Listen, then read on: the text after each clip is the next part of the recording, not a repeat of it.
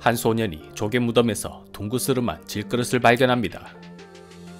소년의 발견은 일본 역사의 획을 긋는 새로운 발견이었습니다. 학계는 난리가 났습니다. 이것은 쌀 항아리가 틀림없다. 그렇다면 우리 일본도 이때를 기점으로 농사를 했다는 것이야. 그때가 기원전 300년경 최초 야요이 조개 무덤에서 농사의 흔적을 발견했으니 야요이 시대라 불렀습니다. 이들이 농사를 시작했다고 좋아했던 그 시기, 이미 고조선은 기원전 2000년 무렵 벼농사를 짓기 시작했고 강력한 철기 문화를 바탕으로 연나라와 전쟁을 하였고 글자를 써서 정보를 주고받았으며 대규모 군량 수송과 주변 나라와 중개 무역까지 가능했습니다. 중국은 어땠나요? 진나라가 대륙을 통일하고 만리장성을 쌓으며 중앙집권 국가를 완성하였습니다. 그런 때의 일본은 겨우 원시시대를 벗어나 농사를 시작하였고 기원 후 3세기까지 제대로 된 국가조차 없는 미개한 시대를 살았습니다. 그랬던 일본이 지금은 GDP 세계 3위, 대외순자산 규모 세계 1위, 주식시장 규모 세계 3위, 비서양권 국가 중 유일하게 세계 7대 선진경제국 G7 회원국입니다. 유네스코 예산 분담률은 세계 1위, UN 분담률은 세계 3위입니다. 국제적인 문제에서 세계가 일본에 큰소리 뻥뻥 치지 못하는 이유가 여기에 있습니다. 군사력도 막강합니다. GFP 기준 세계 5위의 군사력이며 이중 해군력은 영국, 프랑스보다 강한 세계 2위입니다. 노벨상은 비구미 제국 중 가장 많은 29명의 수상자를 배출하였습니다. 그들의 성장은 정말 눈부십니다. 2차 세계대전에 패하며 미국에게 원자폭탄까지 얻어맞아 완전히 폐허가 된 일본이 솔직히 이렇게까지 성장할 것이라고는 누구도 상상하지 못했습니다. 역사로 보면 그렇게 미개했던 일본이, 원자폭탄을 맞고 산산조각 났던 일본이 어떻게 이렇게 눈부신 성장을 이룰 수 있었을까요? 오늘은 일본의 성장 배경에 대하여 보고드리겠습니다. 일본을 강대국으로 이끈 첫 번째 요인은 이토 코토리 정신입니다. 일본은 뭐든 잘 보고 배웁니다. 자신에게 필요하다고 생각되는 것은 투자하거나 부끄러워하지 않고 기꺼이 배우고 베낍니다. 또 베끼는 것으로 끝나지 않습니다. 그것을 자신에게 맞도록 변형시켜버립니다. 더 작게, 더 단순하게, 더 예쁘게, 더 완벽하게, 더 저렴하게. 그래서 일본이 만든 제품은 세계적으로 사랑받습니다. 이 토코토리 정신에는 뿌리가 있습니다. 바로 일본에서는 신으로까지 숭상되는 인물 쇼토쿠 테자입니다. 그는 좋은 것이 있으면 뭐든 배우려 하였습니다. 불교가 좋다 하여 반대파를 물리치고 기어이 백제를 통해 불교를 받아들였습니다. 하지만 불교는 일본 고유 종교 신토와는 너무나 달랐습니다. 불교는 그들이 말하는 천황을 인정하지 않기 때문입니다. 선진 문물을 배우기 위해서는 불교를 받아들여야 했는데 불교를 들이자니 또 자신들의 신토 사상이 위협받는 것입니다. 쇼토쿠 테자는 고민 끝에 이렇게 결론 내었습니다. 불교면 어떻고 신토면 어떤가? 좋은 것만 따서 우리 것으로 만들면 되는 거야. 우리의 신토를 유지하면서 불교의 좋은 점만 가지고 오고 백성들은 각자 자기가 믿고 싶은 것들을 믿으면 되는 거야. 쇼토쿠 테자의 영향으로 오늘날 일본은 수많은 종교가 존재하면서도 희한하게 종교 분쟁을 겪지 않는 나라입니다. 쇼토쿠 테자의 이토코토리 정신은 종교에 국한되지 않았습니다. 우리는 우물안 개구리였어. 외국에는 선진 문물이 차고 넘친단 말이지. 우리는 배워야 해. 배우고 우리 것으로 만들어야 해. 쇼토쿠 테자는 그 당시 선진국인 중국 수나라의 견수사를 보내 뭐든지 배우게 하였습니다. 618년 수나라가 망하자 당나라가 중원의 주인이 되었습니다. 그렇다면 당나라로 가서 배우면 되지. 쇼토쿠 테자는 경당사를 보냈습니다.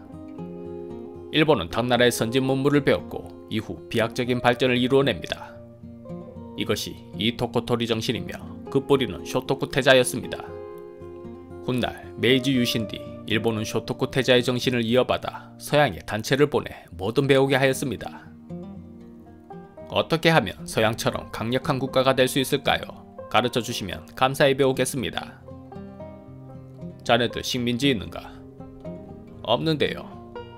자원은 있는가? 없는데요. 에이, 그럼 뭘로 강대국이 되겠다는 것인가? 서양 국가는 그런 것들이 받쳐주니까 잘 사는 거지 뭐 그냥 잘 사는 줄 아나? 까진 게 쥐뿔도 없지만 어떻게 방법이 없을까요? 가르쳐 주십시오. 은혜는 잊지 않고 살겠습니다.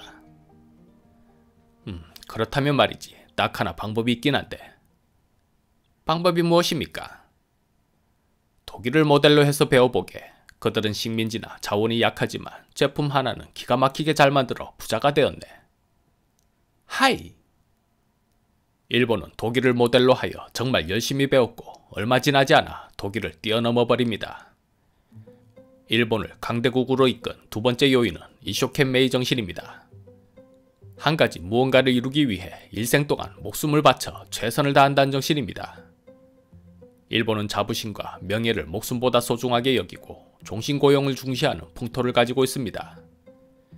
고용주는 한번 사람을 쓰면 평생 책임진다는 생각으로 고용하며 고용인은 그런 고용주를 위해 자신이 맡은 업무라면 목숨 걸고 완수합니다.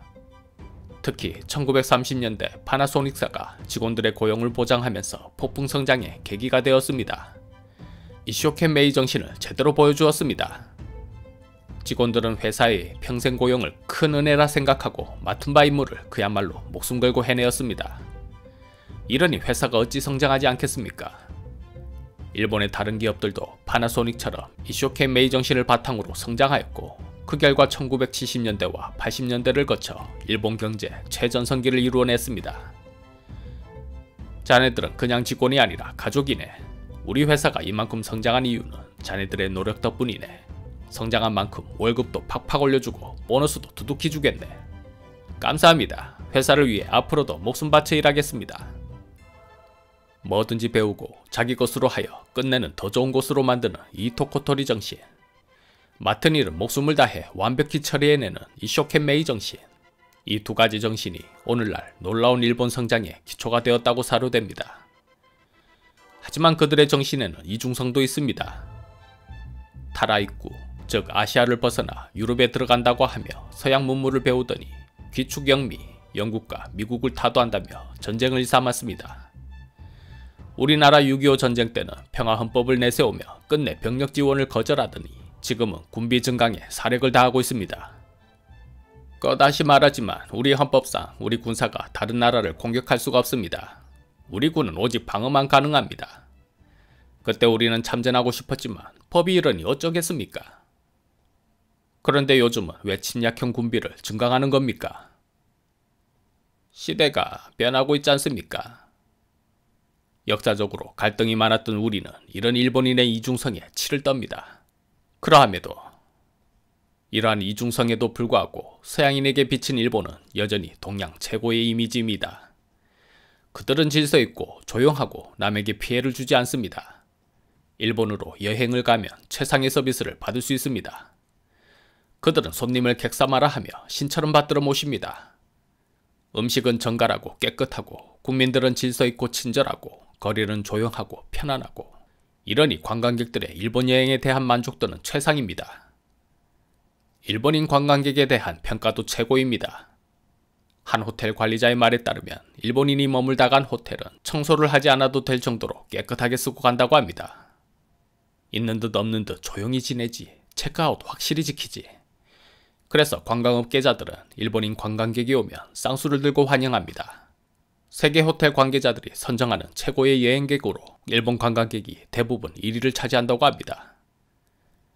그러나 이러한 일본의 강점에도 불구하고 정보화 디지털 시대에 접어들어서는 확실히 일본도 어려움을 겪는 모양입니다. 그들을 지탱해준 정신들이 요즘 시대에는 오히려 성장을 방해하는 구시대의 산물이 된 것 같습니다. 능력을 우선시하며 함께 네트워크를 구축하고 성과를 이루어야 할 시대에 아직까지 계급을 우선시하고 능력 없는 관리가 꼰대식 지시를 하니 세대 간의 마찰이 심합니다. 평생 고용의 영향으로 능력보다는 오래 근무했다는 이유로 상급자가 되고 시대에 맞지 않는 발상으로 지시를 하고 앉아있으니 밑에 직원들은 환장할 노릇입니다. 서양인들은 아니다 싶으면 빨리 때려치우고 새로운 직장을 알아보겠지만 일본인은 또 그렇지 않습니다. 이쇼켄메이 정신으로 더럽고 치사하지만 회사를 위해 최선을 다해야 합니다. 정보와 디지털 시대에 일본의 경영인들은 아직도 구시대적 발상으로 지시를 내리고 있고 직원은 오직 시키는 일만 잘할 뿐 스스로 생각하여 성과를 낼 줄 모르니 새로운 생각과 새로운 기술이 급변하는 지금의 시대에 일본인들은 적응하지 못하고 헤매는 것 같습니다. 이것이 일본의 한계일까요? 배우기는 잘하지만 배운 것에서 좋은 것들만 뽑아내 자기 것으로 만들 수는 있지만 좀처럼 새로운 것을 만들지 못하는 치명적인 단점. 결국 일본 최대의 가전업체라 불렸던 파나소닉도 일본의 자부심이라 불렸던 소니도 한국의 삼성전자, LG전자에 밀려나기 시작했습니다. 잘나갔던 7, 80년대를 뒤로하고 90년대에 접어들어서는 거품 경제가 붕괴되며 수많은 기업들이 무너졌습니다. 경영인은 가족 같았던 직원들을 해고해야 했고 자부심이 대단했던 직원들은 회사가 잘못된 것이 자신의 잘못이라며 자결하기도 했습니다. 사람들은 말했습니다. 아날로그 때 감성으로는 디지털 시대에 살아남지 못할 것이라고. 일본은 이제 끝났다고. 그러나 역사는 말합니다. 앞으로 어떻게 될지 섣불리 판단해서는 안 된다고 말입니다. 우리에게 쌀농사, 철기 문화를 배우며 겨우 원시시대를 벗어났던 일본이 훗날 조총을 무장하고 임진왜란을 일으킬 줄 누가 알았겠습니까? 서양을 배우며 뒤늦게 산업혁명을 이루었던 일본이 훗날 미국의 뒤통수를 때릴지 누가 알았겠습니까? 이에 열받은 미국으로부터 원자폭탄을 맞고 그야말로 폐허가 되었던 일본을 두고 사람들은 회복 불능이라고까지 했습니다. 그랬던 일본이 또 금방 털고 일어나 세계 7대 강대국 G7이 되었습니다. 일본은 조금씩 살아나고 있습니다. 숨만 겨우 붙어 있었던 파나소닉도 2017년을 기점으로 부활하여 연간 영업이익이 3, 4조 원에 달하는 등 정상 궤도에 진입하였고 소니도 특유의 기술력과 우직한 걸음걸이로 반전의 기세를 올리고 있습니다.